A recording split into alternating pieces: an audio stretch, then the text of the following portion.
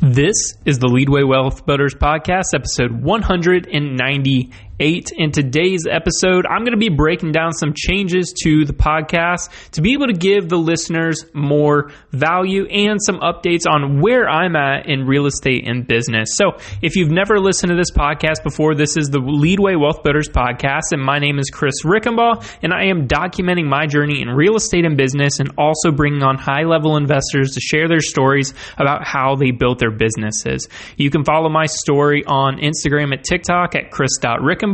That's Chris.Reichen, and wherever you're listening to this episode, thank you so much. Leave us a like, rating, and review or comments based on what you want to see on the episodes. What content, what guests. We're bringing more guests on to be able to give more value to the episode. So make sure you comment, like, and subscribe for these new episodes. So let's hop into today's topic. So I just got done recording a new podcast that's going to be able to drop next week for episode 199, and that's going to be with Eric Eichinger of iFund Cities. So being able to bring on bigger guests and provide more value to you guys has been the main source of inspiration here lately, to be able to make more connections for me personally, as well as be able to bring on people that can share their stories, have really cool stories, or just provide value to the real estate community. So we have more guests coming on. We have somebody coming on talking about Airbnbs. We have someone talking about travel hacking who started their business around it, who's also a real estate investor. We have women's only real estate investors and that they have communities around. So we have super cool guests coming up that you guys are going to want to tune into. And that is the main point, to be able to provide more value. And I think some of the past episodes, I haven't had a guest on every single week. So it's me coming on and just kind of talking. And when I started this podcast originally, it 100% is to document my story and document my journey, because going from, I think I was working a W-2 at the time when I first started, or I had just quit, and being able to see the journey from, buying my first flip, being able to go through all the contractor issues, being able to go through the ups and downs and bad partnerships and deals, and be able to break down the flips that we were buying and understand why some of them went wrong. And now we're coming out of a season to where we're selling off, 3 of our flips that were mid-renovation because we had contractor issues, and, it just kind of bled us, and we couldn't really move. So being able to say, hey, what's best for us right now in this business is to be able to sell off all these properties, really focus on buying this business, and, not being afraid to go back to a W-2 job for a while if that makes sense for us. So that's kind of where we are in the business. But with that being said, episodes are going to be moving to Tuesdays only. So 1 episode per week. I started in the beginning doing 3 episodes per week, and after I think it was about 100, I moved it down to 2 episodes because I felt like I was just kind of getting on there and talking, and I really wasn't being able to provide enough value. I was just kind of doing an episode to do an episode. And that's kind of how I've started to feel lately here, as, things have really come to a halt in my business. And, there's a lot of things working in the background, but not so much up front anymore. So I don't have that much to update as of right now. So I wanted to go back it down to 1 a week to be able to provide the most content, or not the most content, but the most influential content. And that's bringing on the guests, because we've definitely seen a recent spike in listeners from bringing on more guests. And if you've tuned into our YouTube, you've seen that we've actually started doing a couple live or in-studio recordings. So that's been really fun to do as well. I really want to dive into more of those as we go on, and kind of once we get out of this season, we're going to be doing a lot more interviews, and I want to be specifically interviewing millionaire business owners, because as for me personally, I'm moving into the space to where we're in the process of buying a business. We know that for our goals, we need to be doing something bigger, and that's where hotels have really kind of caught my eye.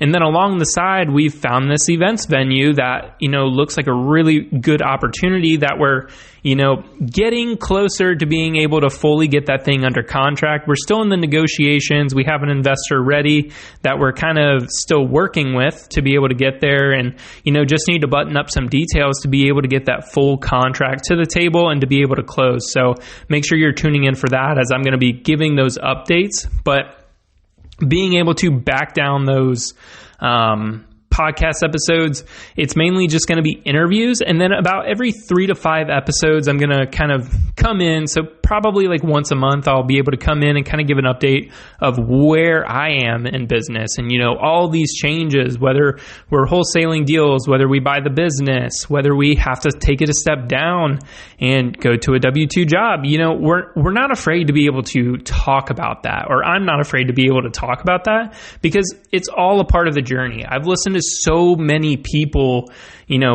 go from, doing really well to down to zero, have properties taken, be broke, and, have to start and rebuild all from zero again. And I've listened to so many of those stories on these podcasts, and I've started to meet these people by interviewing them through the podcast and being connected, going to meetups. And it's something that, it's very uncomfortable, but, everybody has their story, and I just understand that this is part of mine, and I'm going to be able to work through it as long as I'm learning every single time something comes up. You win and learn, but you're going to lose more, or you're going to learn more from your losses, from those things that are really, really hard. And that's been probably the biggest takeaway from this past year and a half.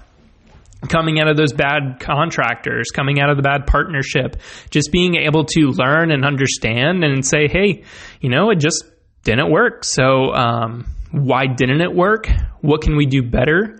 And, going forward from here, if I keep making that mistake, it's 100%, it's because I knew what I was doing and I kept making that mistake. So being able to, go through that, be able to document it. Hey, there's a lot of losses here between episode 1 and 200, and, being able to, learn, that's the biggest factor. So kind of what we're working on right now, we're selling the 3 properties.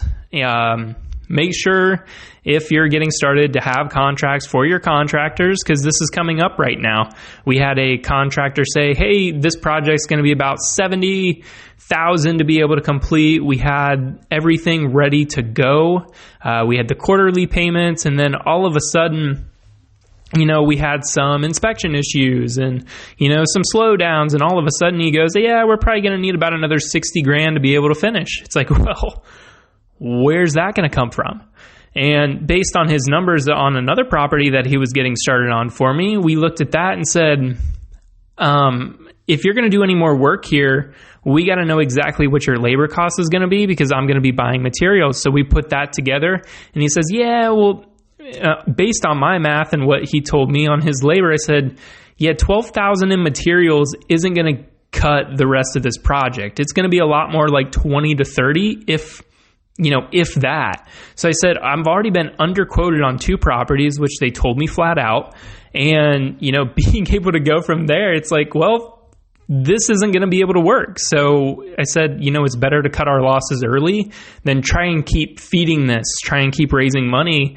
It's like, all right, well, so step number 1 is offloading all of those properties.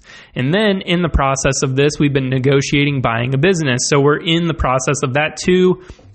Learning a ton. We have to get an appraisal on the property. We have interested investors. Going to be doing another walkthrough next week and being able to dive into more information and hopefully get this thing locked in here in the next week or 2.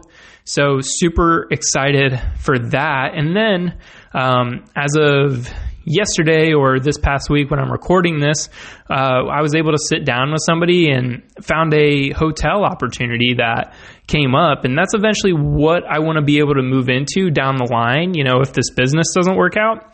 But being able to completely dive into the numbers and figure out what are the questions needing to be asked, what am I not looking at, what do I need to put more attention to, what are some different structures to be able to put this deal together, and super, super informative. And I really learned a ton.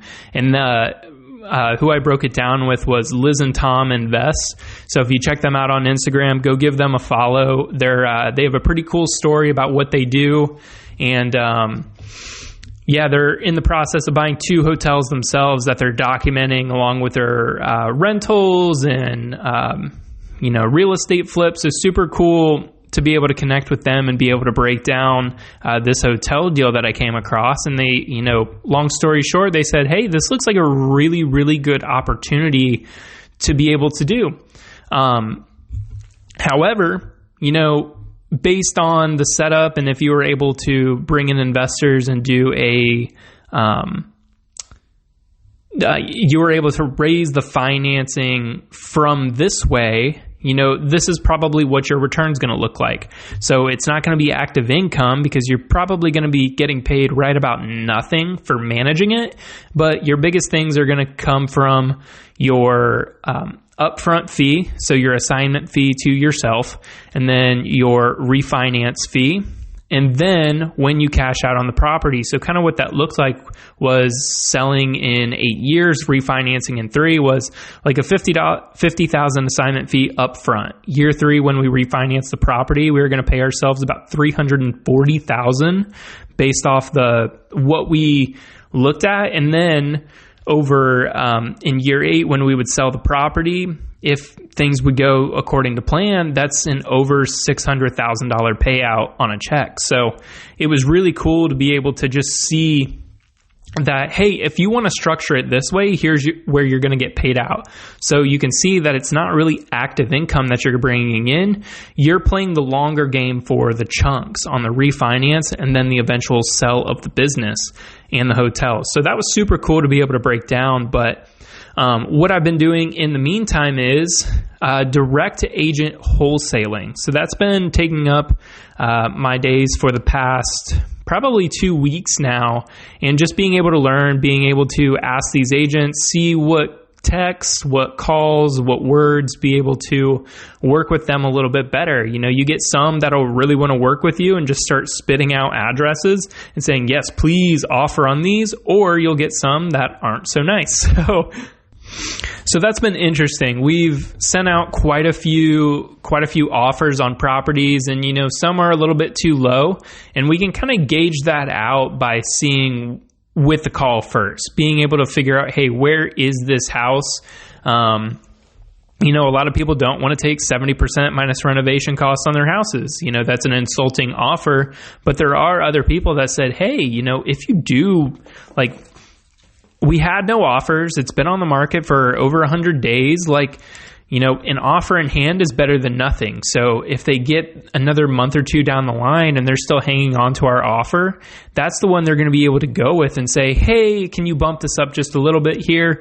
We're playing that game. So we haven't gotten anything accepted yet, but we have sent in quite a few offers on properties that, that are either wholesales or going to be wholesales for us. And we're focusing directly on that a lot more. So being able to connect the direct agent, that's where we're at right now in the business, along with trying to buy the business. So make sure you stay tuned in on that. But that's all I got for you on this episode. We have a couple guests lined up for the next couple of weeks. So make sure you're tuning in every single Tuesday, where there's going to be a new episode dropping, so you guys can be able to listen to, learn from the experts in this industry who are doing it at a high level. It's only going to get better from here. And I appreciate you guys so much for listening. Almost at 200 episodes. So that's really, really cool. So thank you guys so much for listening to this episode of the Leadway Wealth Builders podcast.